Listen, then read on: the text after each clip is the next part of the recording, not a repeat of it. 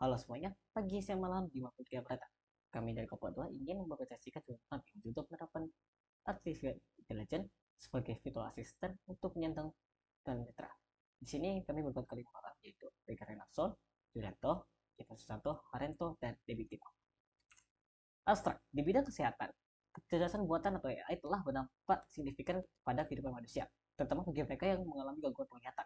Kemampuan AI untuk menjadi kecerdasan manusia melalui sistem dan algoritma telah membuka jalan bagi solusi inovatif dengan memanfaatkan teknologi seperti pengenalan suara dan deteksi objek. Asisten virtual berbasis AI menawarkan dunia penting, membantu navigasi, komunikasi, dan penyampaian informasi melalui suara atau teks bagi orang yang dengan gangguan penglihatan. Kemudian ini memiliki potensi besar untuk meningkatkan aksesibilitas dan kualitas hidup secara keseluruhan, inklusif dalam masyarakat yang terhubung secara teknologi. Dalam era kemajuan teknologi informasi, penerapan artificial intelligence AI atau kecerdasan buatan telah mengubah sebagian besar aspek aktivitas kehidupan manusia. AI sendiri merupakan teknologi yang dirancang untuk membuat sistem komputer mampu meniru kemampuan intelektual manusia. Nah, AI memungkinkan komputer untuk belajar dari pengalaman, mengidentifikasi pola, membuat keputusan, dan juga menyelesaikan tugas-tugas kompleks dengan cepat dan efisien. Penyandang tunanetra ini sering menghadapi tantangan dalam kehidupan mereka sehari-hari karena keterbatasan penglihatan mereka. Namun, dengan berkembangnya teknologi AI, virtual assistant telah menjadi solusi yang inovatif untuk memperluas aksesibilitas dan juga meningkatkan kualitas hidup mereka. Nah, diharapkan bahwa penerapan teknologi kecerdasan buatan dalam virtual assistant ini akan memberikan manfaat besar bagi penyandang tunanetra. Dengan aksesibilitas yang lebih baik terhadap informasi dan juga layanan, virtual assistant akan membantu mereka menjadi lebih mandiri dan aktif dalam menjalani kehidupan sehari-hari. Nah, selain itu, dukungan teknologi ini akan membuka peluang baru untuk inklusi dan partisipasi mereka dalam berbagai aspek kehidupan masyarakat. Semakin maju teknologi AI, semakin juga besar potensi untuk menciptakan dunia yang lebih inklusif dan adil bagi semua lapisan masyarakat. Oke, baik. Pada tinjauan teori kali ini, kami akan menggunakan 5 jurnal sebagai referensi dalam pembuatan jurnal kami kali ini. Yang pertama yaitu pengertian tunanetra. Penelitian pertama dilakukan oleh Pengampu D, Pujiastuti E, dan PDM. Dengan judul mengenal lebih dekat anak tunanetra, karakteristik, dampak, perkembangan, dan metode pembelajaran. Penelitian tersebut meneliti mengenai pendekatan terhadap tunanetra. Jurnal kedua yaitu Artificial Intelligence. Penelitian ini dilakukan oleh Pak Pahan R dengan judul Analisa Pengaruh Implementasi Artificial Intelligence dalam Kehidupan Manusia. Berfokus meneliti pengaruh implementasi AI dalam kehidupan manusia. Jurnal ketiga yaitu Speech Recognition. Penelitian ini dilakukan oleh Amrullah AZ dan Saputro KE dengan judul Analisis dan Perancangan Kamus Interaktif Bahasa Isyarat Indonesia dengan Speech Recognition. Berfokus pada perancangan sebuah aplikasi bahasa isyarat Indonesia dengan menggunakan teknologi Speech Recognition. Jurnal keempat yaitu Object Detection System. Penelitian ini dilakukan oleh Rahmat EC dengan judul Object Detection System sebagai alat bantu mendeteksi objek sekitar untuk penyandang tunanetra. Berfokus meneliti tentang Object Detection System sebagai alat bantu mendeteksi objek sekitar. Lalu yang terakhir yaitu Virtual Assistant. Penelitian ini dilakukan oleh Perdana RP N. Irwansyah dengan judul Implementasi Asisten Virtual dalam Komunikasi Pelayanan Pelanggan dalam Studi Kasus pada layanan pelanggan Telkomsel. Berfokus meneliti tentang pengembangan pelayanan pelanggan atau customer service pada perusahaan Telkomsel dengan mengimplementasikan virtual assistant dengan bantuan teknologi chatbot dan juga AI. Ketiga yaitu metode penelitian. Dalam penelitian ini, metode penelitian yang digunakan adalah metode penelitian kualitatif dengan pendekatan studi pustaka. Metode penelitian kualitatif dapat memungkinkan peneliti untuk memahami maupun menganalisis mengenai penerapan artificial intelligence serta virtual assistant dalam konteks kesehatan. Referensi yang digunakan dalam penelitian ini berupa artikel, jurnal, dan daftar pustaka yang membahas topik penelitian ini.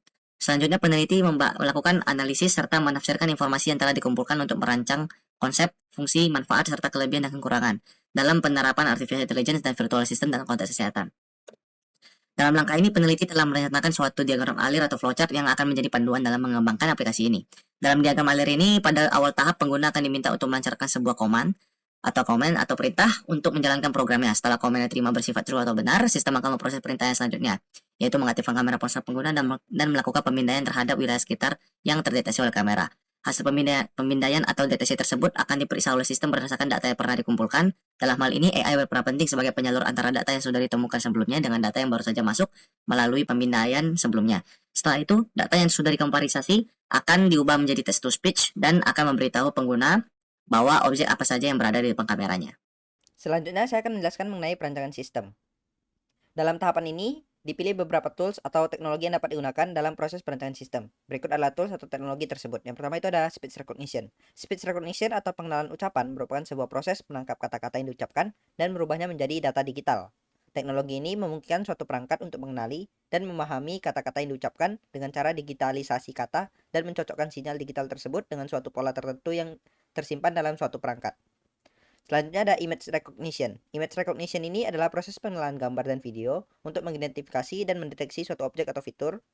Gambar yang dimaksud bisa berupa wajah dan detail yang terdapat padanya, rumah, kendaraan, jalanan, situasi lingkungan, beragam jenis produk, dan lainnya. Kecerdasan buatan atau artificial intelligence ini memegang peranan penting dalam teknologi pengenalan objek ini. Sebelum dapat mendeteksi objek, sistem terlebih dahulu melakukan pengumpulan data yang dilakukan oleh manusia dan melakukan pelatihan terhadap AI untuk dapat mengerti objek yang dideteksi. Dan selanjutnya ada text to speech. Suatu sistem text to speech adalah sebuah konverter yang bisa mengubah tulisan menjadi suatu audio yang bisa didengar melalui fonetasi atau penyusunan fonem-fonem untuk membentuk ucapan. Baik, selanjutnya saya akan menjelaskan mengenai hasil dari aplikasi yang dirancang, di mana dalam tahapan ini akan dibahas mengenai aplikasi yang telah dirancang beserta kelebihan dan kekurangan yang terdapat pada perancangan aplikasi. Nah, untuk aplikasi ini sendiri, dari ide yang telah terpikirkan secara tim, menghasilkan sebuah rancangan fitur aplikasi bernama Fitur Assistant. Maka, hasil dan pembahasan dari rancangan fitur yaitu pada aplikasi ini hanya akan memiliki satu halaman utama, di mana halaman tersebut akan ada sebuah tampilan dari tangkapan kamera yang sudah dilengkapi dengan object detection yang akan menampilkan deskripsi objek yang dideteksi. Dan untuk cara kerja dari aplikasi ini sendiri dimulai dengan pengguna yang memberikan perintah, kemudian sistem akan mendeteksi objek yang diarahkan kamera, dan hasil objek yang dideteksi yang sudah diproses oleh AI akan ditampilkan di layar serta diformat menjadi suara dengan bantuan teknologi text to speech. Dan untuk kelebihan dari aplikasi rancang ini sendiri, yang pertama adalah aksesibilitas, di mana akan membantu meningkatkan aksesibilitas bagi penyandang tunanetra dalam memberikan informasi audio atau tampilan khusus yang dapat diakses dan dimengerti tanpa perlu bergantung pada penglihatan. Dan untuk kemandirian, tunanetra ini sendiri juga dapat meningkatkan kemandirian dalam melakukan berbagai tugas sehari-hari seperti membaca teks, mengenali objek, menemukan rute, dan lain sebagainya. Kemudian untuk pengalaman objek, aplikasi ini juga akan membantu tunanetra dengan kemampuan object detection untuk mengenali benda-benda di sekitarnya.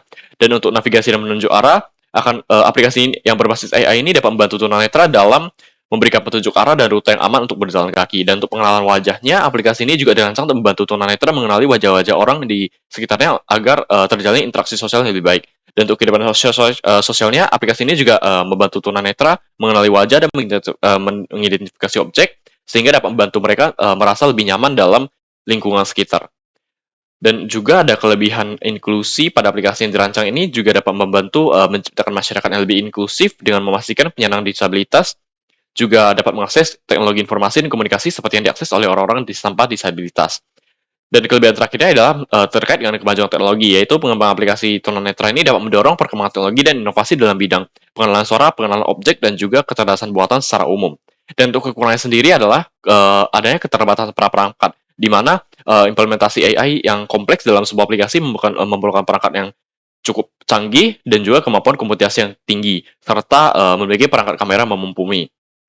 Selain itu, aplikasi ini juga mungkin akan memerlukan serta mengonsumsi daya yang lebih besar saat aplikasi menyala, karena aplikasi akan menyala terus untuk mendeteksi perintah suara yang diterima.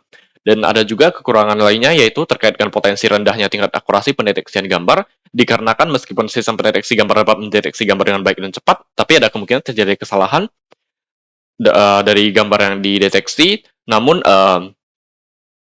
kekurangan ini mungkin dapat dikurangi dengan memberikan lebih banyak gambar dan deskripsi terkait dengan objek yang dideteksi oleh sistem, agar sistem dapat mengenali objek atau mendeteksi objek yang sebelumnya tidak dapat dideteksi. Dan kekurangan yang terakhir adalah terkait dengan tantangan dalam integrasi, di mana dengan menggabungkan beberapa fitur AI seperti speech recognition, image recognition, dan text to speech dalam suatu aplikasi virtual akan menimbulkan tantangan dalam sisi teknis, di mana perlu waktu dan upaya yang lebih untuk memastikan semua fitur teknologi berfungsi dengan baik dan sinergis, dan juga memberikan pengalaman pengguna aplikasi yang lebih baik. Oke, yang terakhir, kesimpulan. Manusia sebagai hasil ciptaan Tuhan diberikan penghargaan tinggi oleh masyarakat karena moral dan perilaku yang dimilikinya.